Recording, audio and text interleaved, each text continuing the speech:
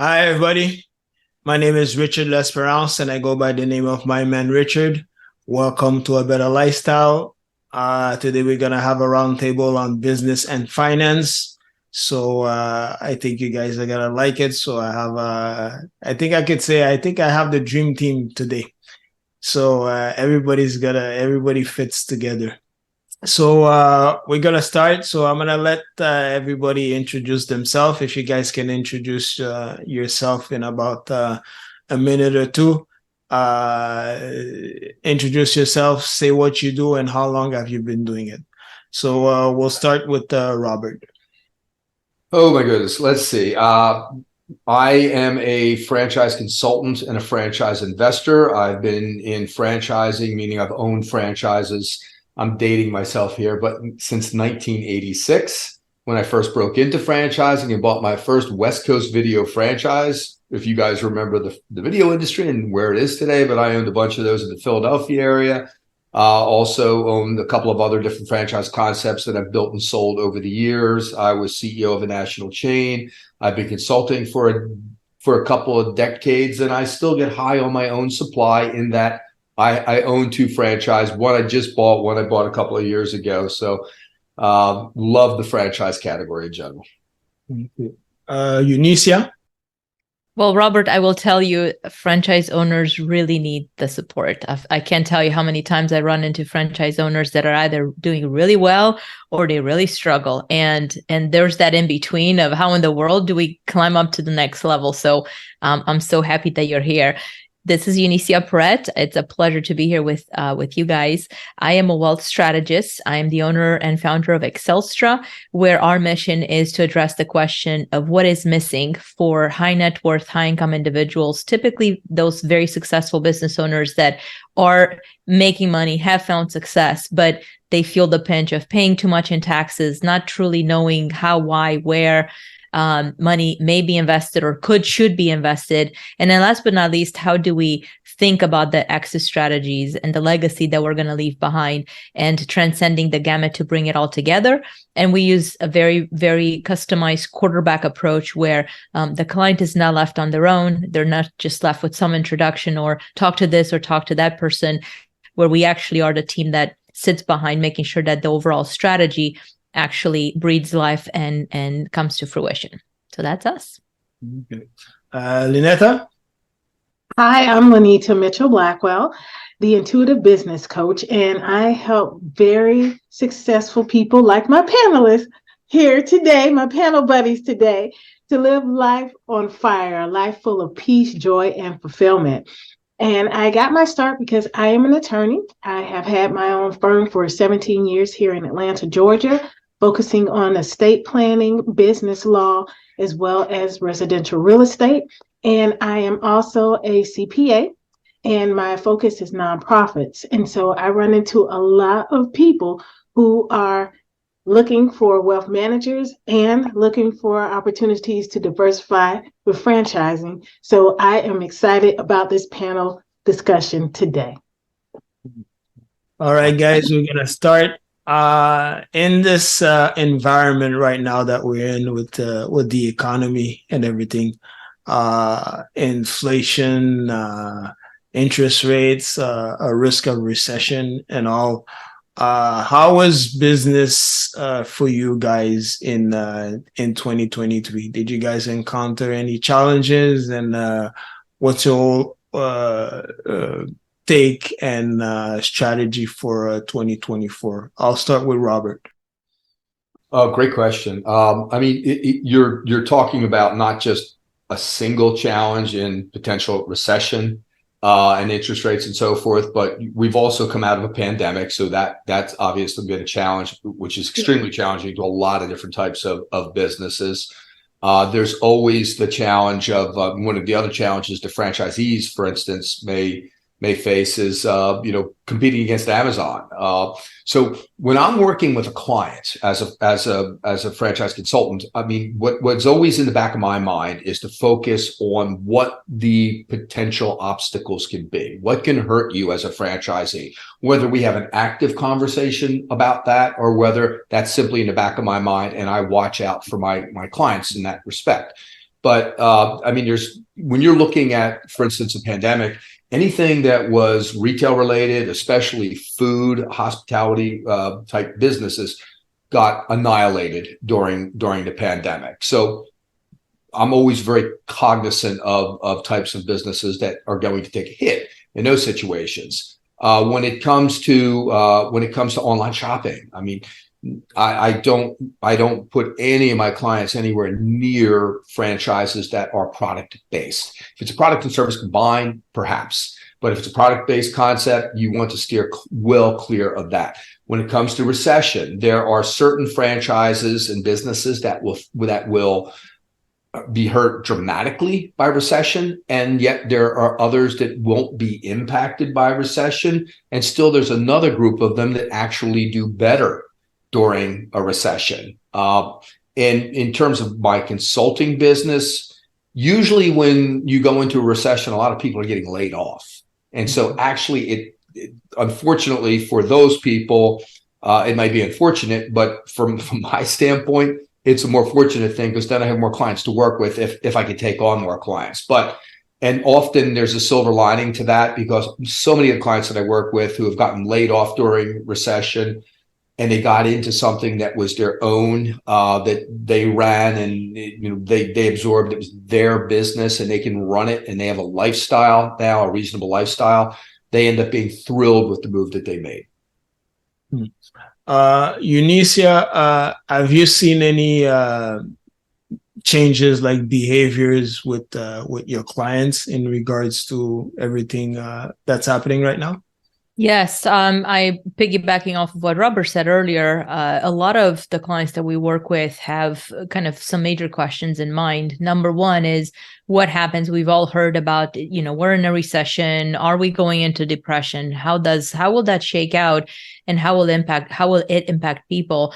How will it impact businesses? And what we've seen is that a lot of individuals are trying to make sure that they're fine. They're bolstering their businesses in such a way that they can ride that should things get worse. The other thing that we're seeing in conjunction to that is a lot of business owners want to make sure that their cash flow is fine, not only to maintain the businesses, but also kind of as a third point, they're concerned about how is it going to impact their bottom line as on a personal note. So we've got the business on one side, we've got the personal on one side. So cash flow obviously impacting both.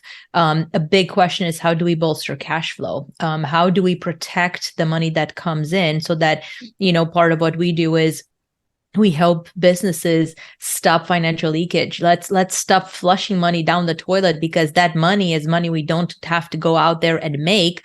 And in many cases, we're losing it to things that we have no idea we're losing them to.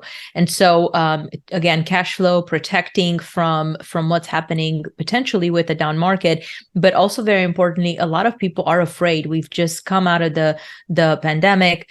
People still remember 2008, 2009. And so whenever I hear people saying in 2008, 2009, this is what happened to me, and they're in a place that are just marginally better, they're afraid that with a potential, again, a downturn in the economy, come it from whichever industry aspect it will, they're afraid that they're going to be reset yet again. And so a big part of the strategies that we work on are things that can help clients bypass those things, so that we can actually do business. We can be more fulfilled in what we do, and be more focused on helping scale and grow those businesses without the fear of, oh my gosh, the bottom is going to fall out. And so it's just really, how do we give people the opportunity to sleep better at night without those fears that inherently are present whenever we're talking about corrections in the marketplace? Lynita, you're in the law world, and I know you do coaching and all that. How is business in 2023? Actually, business has actually been moving around a pretty steady click, and it's really cyclical. So in the law industry, of course, you have different types of law. And what I have found is during recession, there are certain in parts of law that boom. So you're going to see foreclosures, you're going to see bankruptcies. And so any attorneys who are practicing in those areas, their businesses are going to go up. Right after those things start taking off, we then see a shift toward modifications, assumptions of loans, because at the end of the day, banks make money through interest, and it is to their benefit, and they are incentivized to try and keep the homeowner in the business as far as the real estate market is concerned. And so you're going to see increases there. And even during the pandemic, where a lot of businesses suffered, as Robert stated, my business was booming because there were many people who had to modify their loans. They weren't making payments, so the bank had to process the paperwork to lower interest rates. They had to process the paperwork for the lower payments. And then for some of those folks, they weren't able to make a payment at all. So those payments had to be rolled to the back of the loan. Well, those transactions still have to be secured. And that's where I come in to ensure that the bank's interest is protected. Now, on the other side, you were talking about the coaching. The people who were making these things happen to ensure that we still had an economy to protect, it was very stressful time. And there was not a lot of time to rest. There was not a lot of time to recuperate, but there was some time to reflect on what is my life really going to look like when this is over? Am I happy? Am I content with where things are? And that's pretty much how my business was birthed, because I would talk to other professionals who were being hammered, just being honest with you. And some of them, while they were doing good work, they weren't necessarily fulfilled by it. And they had the time to ask the question, okay, so what now? And it's always good to ask yourself that regardless of where you are in your career. Personally, I try to ask myself that question every quarter so that I can continue to add value to my clients, but also to ensure that I'm living a life that is pleasing to me. So I'm going to talk about growth strategy. I know maybe it's not the perfect timing, but eventually all this is going to pass. Eventually, if someone wants to grow like this, I'll ask for Robert. They want to grow a growth strategy for their business. What would you say to them, and what can they do like for that to happen? So a lot of my clients they're coming from corporate America. They're not people who, hey, I'm going to jump out of what I'm doing and I'm going to jump into some franchise full time. Help me find the right franchise. 80+% of them are looking for something that they can ease into. Maybe they're making quite a bit of money in corporate America. They're upper management, C-suite execs. They're not going to walk away from that salary. They want that lifeline. So often, with many of my clients, I'm looking for semi-passive investments for them. We can look at more passive investments. Those tend to be more expensive. So really the category that most of my clients I end up placing them with are concepts that you can put maybe 10 to 20 hours a week into, and you can get a business up and running while you stay in your full-time job. So in effect, you're building an off-ramp from corporate America, if that makes sense. A lot of my clients also are looking at it. They want to build something bigger. They want to create, income replacement in a franchise. And some of these franchises, single unit, could potentially do that for you, depending upon how much you're making. In some cases, they want to build well beyond that. I love franchising as an investment. A lot of my clients, or 90+% of them, are in the market. A good percentage of them, probably 30% in that range, also own real estate. When you look at real estate investments and if you got in at the right time, if you got in before COVID and you had that run up on equity in any properties you own, it was a beautiful thing. That's an anomaly. That's not happening all the time. So real estate investments are usually a long-term play, 15, 20 years, and then you cash in potentially on the equity.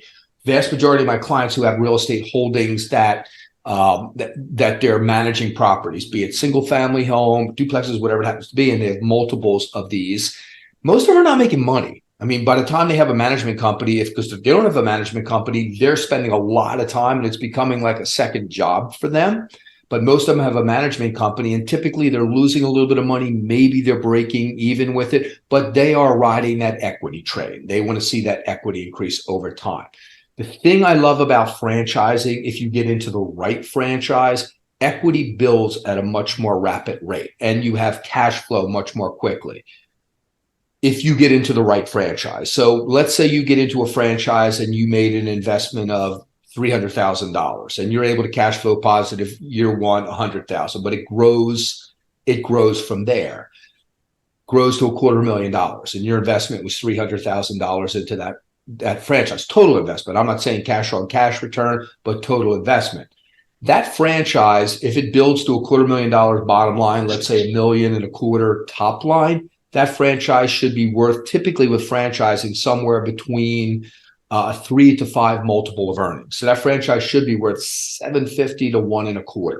So that's why a lot of my clients have positioned themselves with these types of concepts that they can put some time into, start building equity in it over time, have experienced really strong cash flow, but then eventually have an exit strategy, okay? Be it a 3-year, 5-year, be it a 20-year exit strategy. I just see these types of concepts versus the market or versus real estate simply being a considerably better ROI, if that makes sense. Eunicia, you're a wealth strategist. So what are some strategies that you have for entrepreneurs, for business owners, and also for individuals? Well, that's a great question. What I would say, instead of focusing on what is it that we have, right? Oftentimes the conversation with the client focuses on what is it that they're trying to achieve, because it's not about, to me, it's not about fitting a square peg in a round hole or the other way around. English is a second language. It's really about what, and I spoke about this earlier, what is going to make the client sleep better at night, find the fulfillment, find the joy, because it's not, the end of the day, it's not just about the money. And so we see kind of growth opportunities in two ways. On one side is, kind of going back to the concept of the off ramp, specifically for executives. I once upon a time, I used to be an executive in corporate America and kind of took a dive without a parachute. Thankfully, I did have a backup parachute, which was my husband, and provided a ton of support. But now when we work with executives in the corporate world that are asking themselves the question, could I become an entrepreneur, a business owner? The idea is, yes, you can. Let's first of all make sure that you're comfortable with what that entails from a financial perspective, so that you can step into a place of growth and expansion. Because that's what you want. And you know that there are going to be long nights and you know that it's going to be hard, but having the financial question at bay and not having that nip at your heels is huge. On the other side, when we're talking about business owners, everybody wants to grow. But how do you grow, especially to your point from earlier, in an environment like it is today? Hopefully everything will come back around, but business owners are concerned about, how do I increase my top line? How do I increase my bottom line? And one of the things that we see a lot of clients is they start, in many cases, a lot of business owners especially, they start doing a lot of different things in hopes that one of the things that they're doing are going to be bringing back returns. The guidance that I have for individuals that are stretching themselves too thin is, yet again, let's figure out what are the things that you can do with perhaps the businesses that they already have existent, or the strategies that they currently have in play, and how do those fit into the broader scheme of things? Because otherwise, they're going to be stretched too thin. They're going to feel the financial pressures. They're not going to be happy with what they do. And at the end of the day, that's all going to speak in terms of the results that they're going to see in the business, which ultimately translate into perhaps not as rampant of a growth as they would like it. And in many cases, it could be stagnation, or it could be even just going the other way. And so it's really, really important to understand what is it that the clients play at best. So I'll give you a perfect example. Working with a client right now, very, very done very well for himself in the construction industry. He's got 3 different companies that are all are working together, right? They can buy materials from one another. They're kind of a material/services entities. And as we're looking at what does that look like for the client in terms of, for example, the exit strategy, he wants to grow the businesses because he one day wants to sell them in the next 3 to 5 years.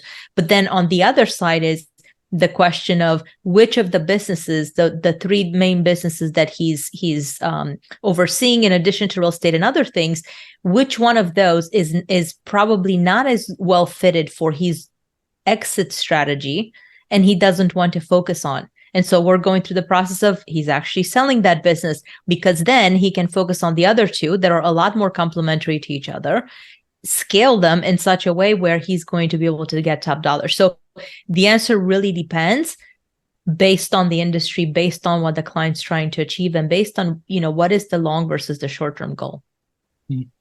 Lynita, so what's your take on that, on growth strategies for entrepreneurs and business owners?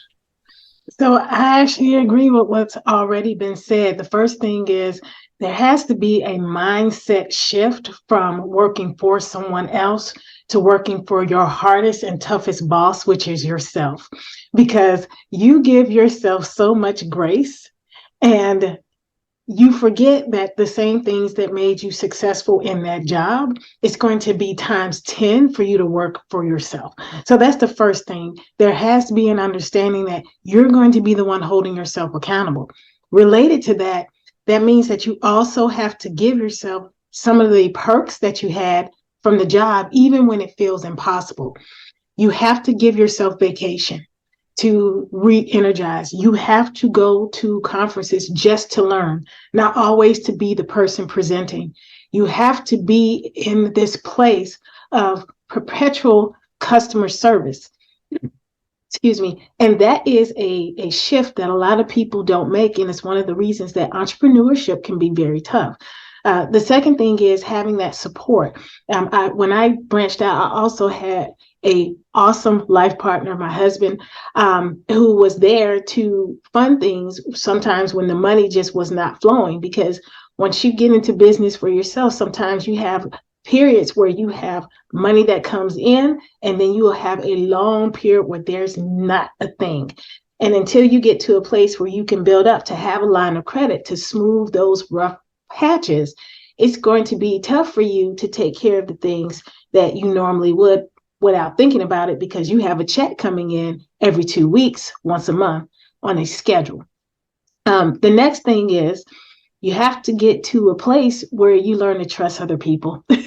And when you're hiring, that is scary. This is your baby. This is your dream. This is your business. And so you don't necessarily want to just hand it off to anybody, but you have to get to a place where you're willing to trust so that you can scale. Because if it's just you, you're not going to grow. You have to bring in people who are committed, who really care about not just their profession and their reputation, but care about the mission, vision, and values of the services that you're providing. I heard this awesome podcast earlier this week, and I was like, yep, that's exactly right. The gentleman said that instead of interviewing 3 people and then picking one, you have to be willing to put in the time to interview 20 to get the right one. And when you are first starting up and when your business is small, you don't want to put in the time to do that. So one of the things that I learned, and I share this with my clients, I used to recruit for the C-suite before I launched my firm. And we would contract with our clients to have them come to our office, and we would have an entire day of interviewing candidates that we'd already pre-screened based on what they said that they were looking for. And so it made it easy for them. I'm just asking for a day.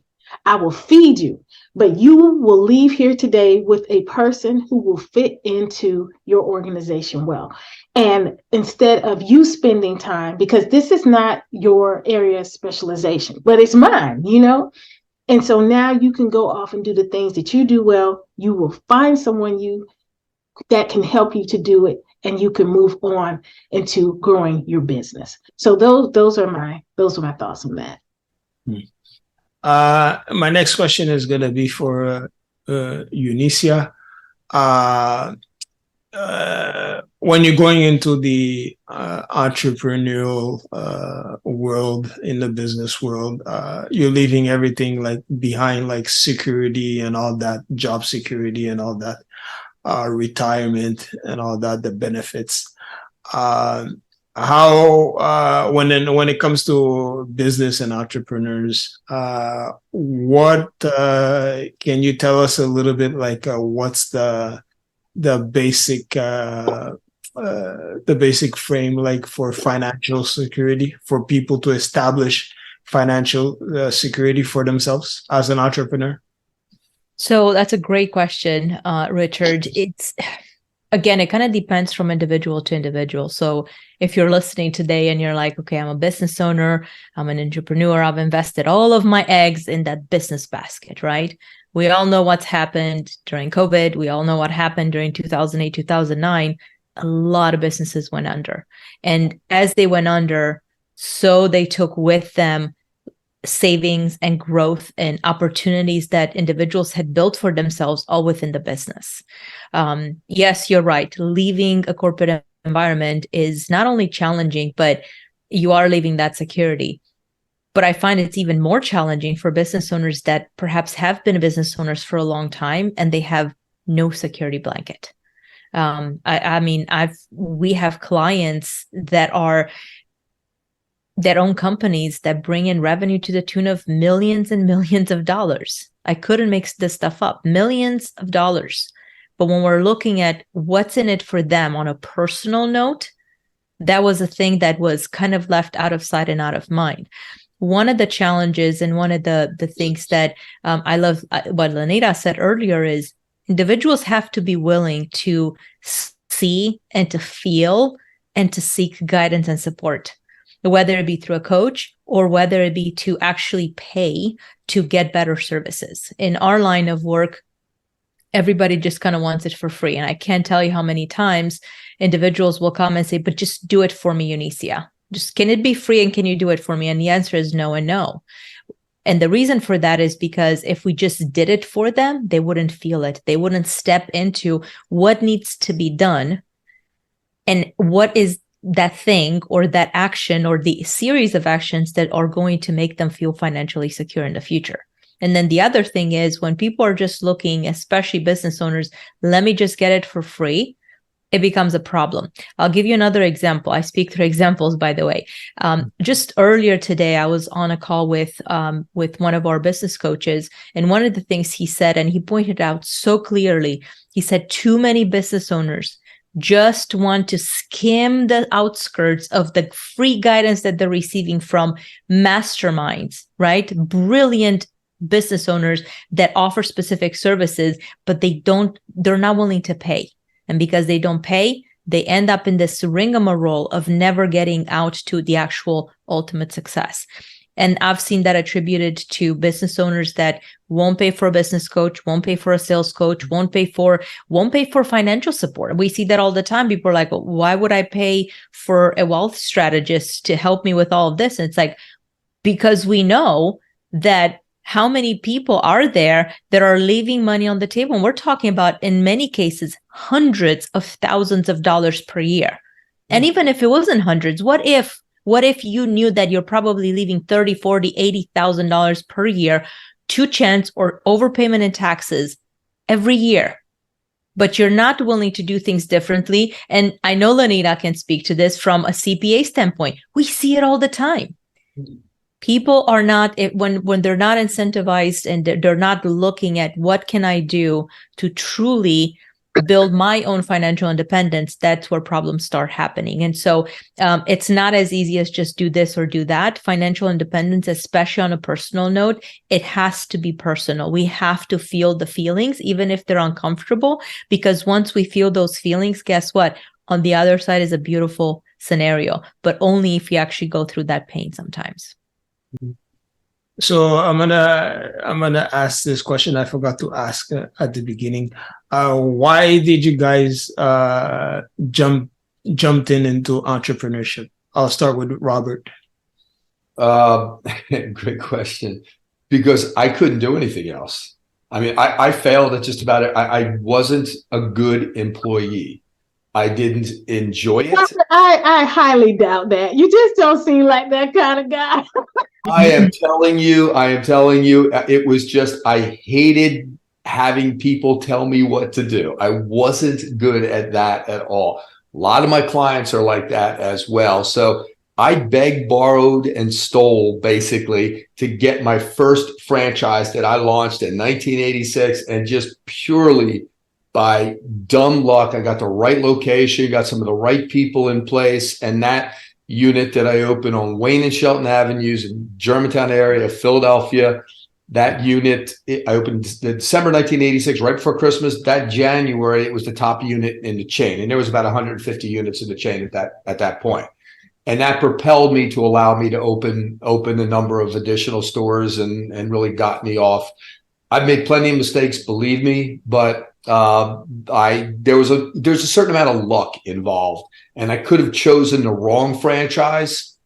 That one just happened to work out for me. If I would have taken the wrong path, I might have gone down the tubes, and then I might have been an employee. I may have gone back with my tail between my legs and was an employee and stayed there for the rest of my career. But I honestly, I just wasn't cut out for it.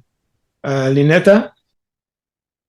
So it was actually similar. I was a good employee, but I hated when I saw inefficiencies, things that I really knew were ethical challenges. I saw some things that I knew were illegal going on in various places, and I couldn't take it because, it's my license. This is my livelihood. I spent a lot of money getting my degrees, and people invested a lot.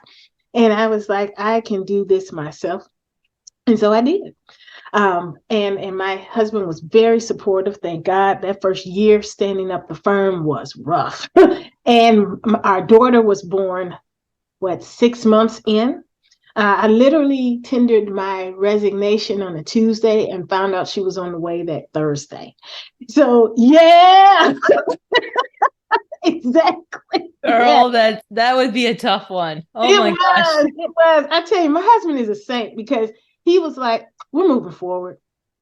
And your daughter's going to be more resilient for it. I promise you that.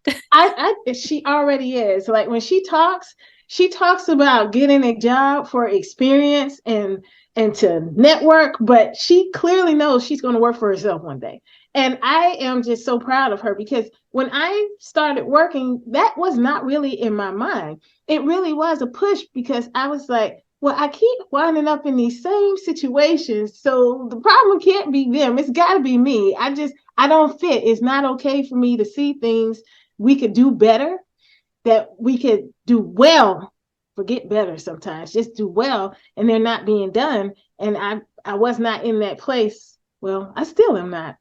Almost 20 years later, where it's okay to just say, oh, well, the client paid. It's just like, no, they paid for a service and good service. We need to provide that. Eunicia?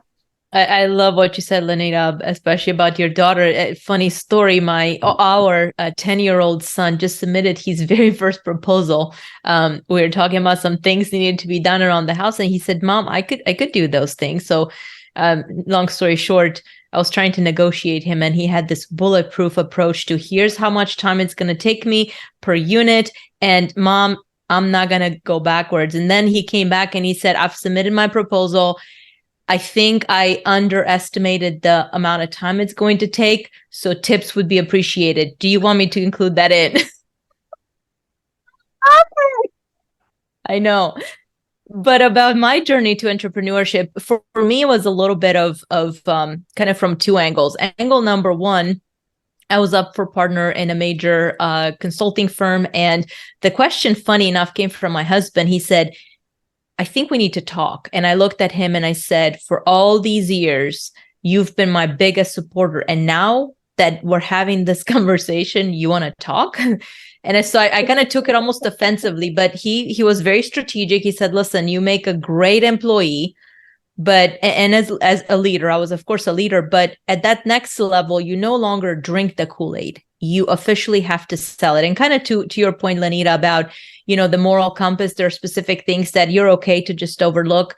But when you have to sell those things, it became, in my mind, it just kind of became this weird sphere of, is this truly what I want to do? And so it was at that point in time, my husband said, I just need you to take a hiatus, take 6 months to yourself. You deserve it. You've worked really hard, and figure out what you want to do. It was at that point in time when we had some financial products that were coming due, and the salespeople were literally at our door. I was asking questions. They could not articulate the answers. And I do ask a lot of questions. I'm a huge believer in asking questions. And when I saw and I felt the sales breath and nothing more than just buy this and trust me, you'll be okay. As a strategy consultant, I was like, this doesn't feel right. Yeah. So I looked at my husband. We finally got some support. It felt like it was better than before. Financial advisors does not really want to talk to us for one of the main reasons is we love real estate. My husband's in real estate. We understand real estate very well. We had done well for ourselves, but because there wasn't a whole lot of extra money for them to invest on our behalf, of course, we weren't exactly getting the highest priority. And so at that point in time, I looked at my husband, I said, somebody needs to figure this out, because if we as high income individuals, and he was a business owner, are having these challenges, I can't imagine that there are very many people out there that have the right support. So he looked at me and said, I don't have the bandwidth. Congratulations to me. He learned consultancies, right? He learned some of the terminology. So I said, you know what? We need to figure this out first for ourselves, because it's too painful. I hate being and talking to financial professionals and feeling yay tall, this tiny little tall as a human being. Yeah. People need to feel the grace that what they've accomplished and what they can accomplish is there, and they can step into it. And so I started just digging my heels into what the challenges that we had, what were the blind spots, and going down that path. What I discovered was that a methodology had been born for how we can help clients truly avoid their blind spots. And initially, my practice started out as kind of growing it and giving it to my husband, kind of like as a beautiful baby, take care of it. And I kind of fell in love with it. I fell in love with the feelings of success that I saw my clients experience. And I was not going to give it up anymore. So I've been at this for several years at this point, and in the financial services industry for nearly 2 decades. As entrepreneurs, when they build their business, they make sacrifices and all that, a lot of hard work, sometimes it takes years to build a business to the level that they want. I want to talk about protecting their assets. Things can happen in life, like a lawsuit and all that. I'm going to ask Lynita first, and then Eunicia, you could back it up after if you want to. How can they protect their assets from any of those things, or just in general, protecting their assets? Yes, so that's an awesome question. I have been working more with small business owners and individuals lately on how to do that. That is one thing that I think COVID did that really woke up a lot of people, that tomorrow is not promised.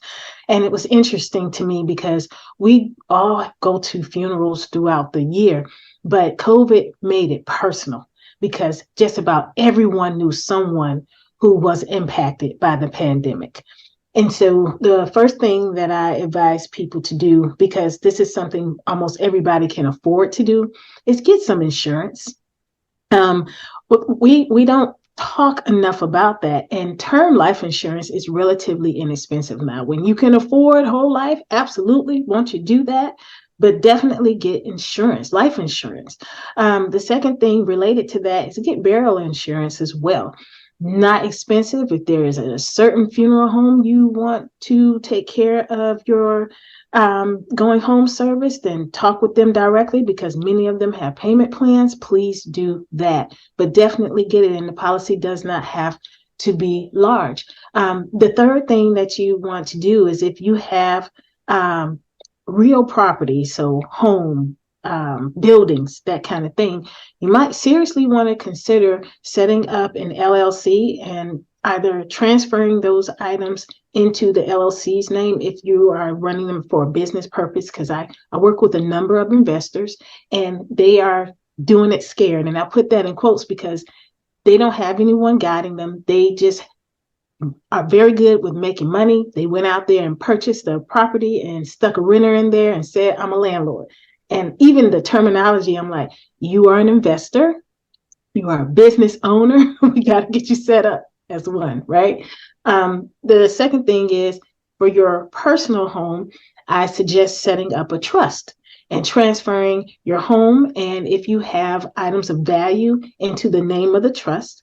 And then you appoint yourself as trustee, and then you have a backup trustee for the time when you go on. That allows you to ensure that those assets pass outside of probate, which can be long and stressful. For some states, it can take 2 and 3 years. Do you really want your heirs and the people who you love who are left to deal with this to have to deal with that? And the answer to that is no, you don't.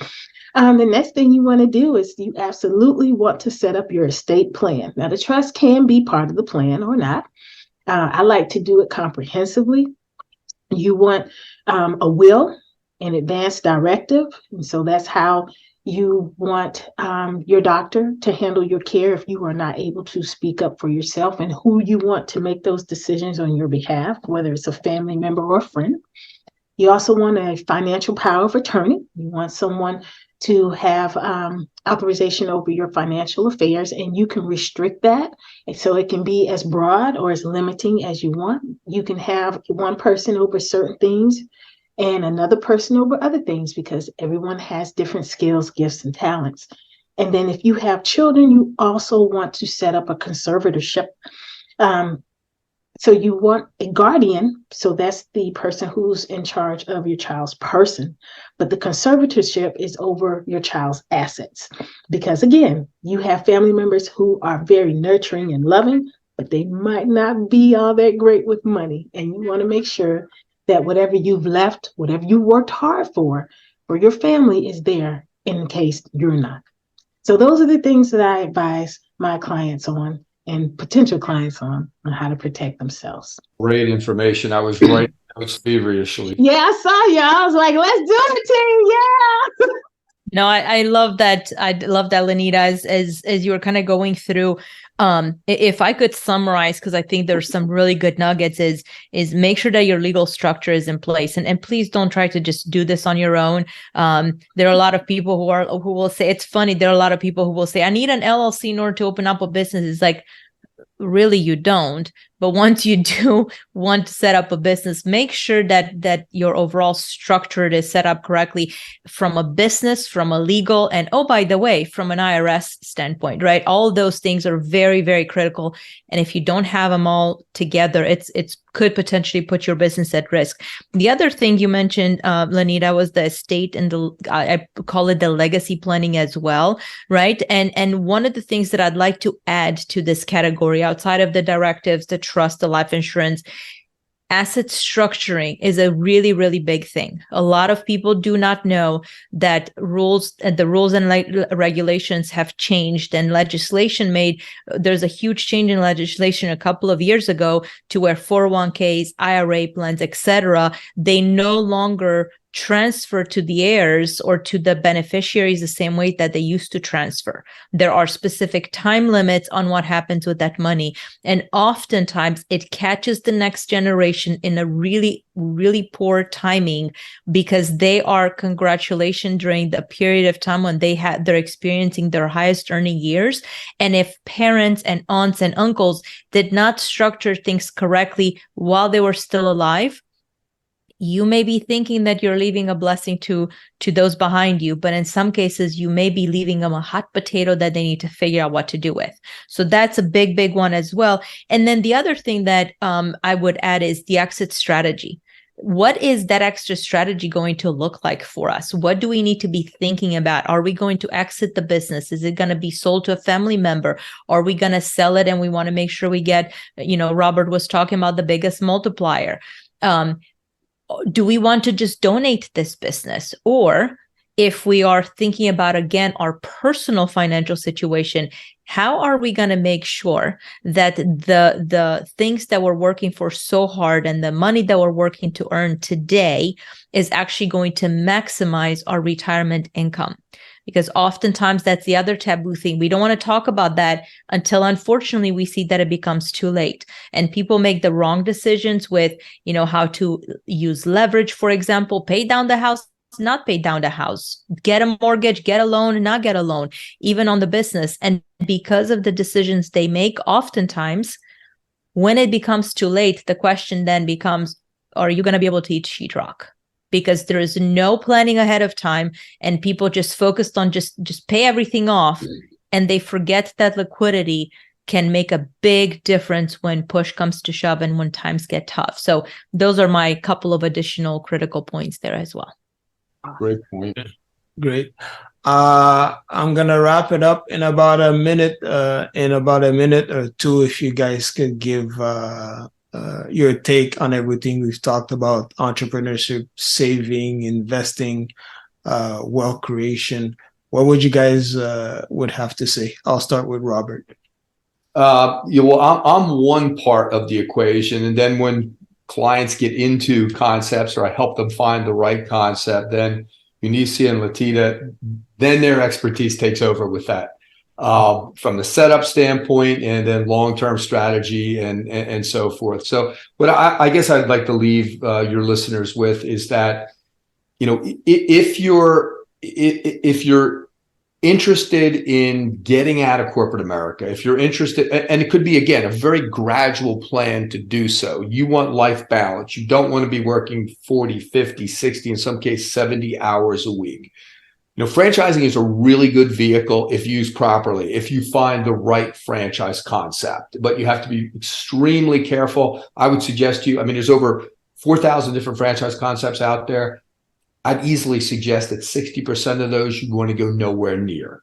But then again, there's some great concepts, really good financial opportunities, and you're trading some of your time for a much better return on investment. If that is worth it to you, then look at franchising. If not, don't. And don't try to do it on your own. I might add to that, Robert. Yes, exactly. Lynita, last words? Last words, I would say you really need a good team of advisors. You can call it a kitchen cabinet, mentors, coaches, but you really need to surround yourself with people who have already done what you are trying to do. When I got started, I did not have that. And that first year, like I said, was very rough, learning a lot on my own. But I feel that I was very blessed because I met the people that I needed, because I was constantly going out and networking and talking to people and being very transparent and humble and asking for the help. I didn't pretend like I knew everything. Sometimes I would be quiet and things that I did know, I didn't say anything so that I could learn more. And I still have many of those mentors, and they have championed me. And I continue to learn. Just serving on this panel, I have expanded my understanding of a lot of concepts, and I'm very grateful for it. And so if you ensure that you have a mind and a heart that are open to learning, instruction, and implementation, you will be fine. Well said. Eunicia? I would say that when it comes to business ownership, two things come to mind. One is how we feel as individuals and going through those ups and downs that we talked about. And the other one is the constant question of growth. And we talked about that as well. And I would just love to leave our listener with the following question. Do you want to go at it alone? Mm-hmm. And do you want to just grow? Or do you want to feel like you're not alone, which would ultimately also position you to truly scale? The decision is yours. Going one way versus the other is not necessarily bad, but one will definitely lead to different results and different feelings than the other would. So ask yourself that question as you're thinking about your business and your future as a business owner and or entrepreneur. Amen. Thank you. Thank you, everybody. Thank you to my three panelists who accepted my invitation. I really appreciate it. Thank you very much. I hope everybody found some value and they learned a lot in this episode. I know I did. So thank you once again. So on that note, thank you everybody for taking the time to listen to this podcast. Welcome to A Better Lifestyle. My name is Richard.lesperance, and I go by the name of my man Richard. And we'll see you on the next episode, everybody. Bye.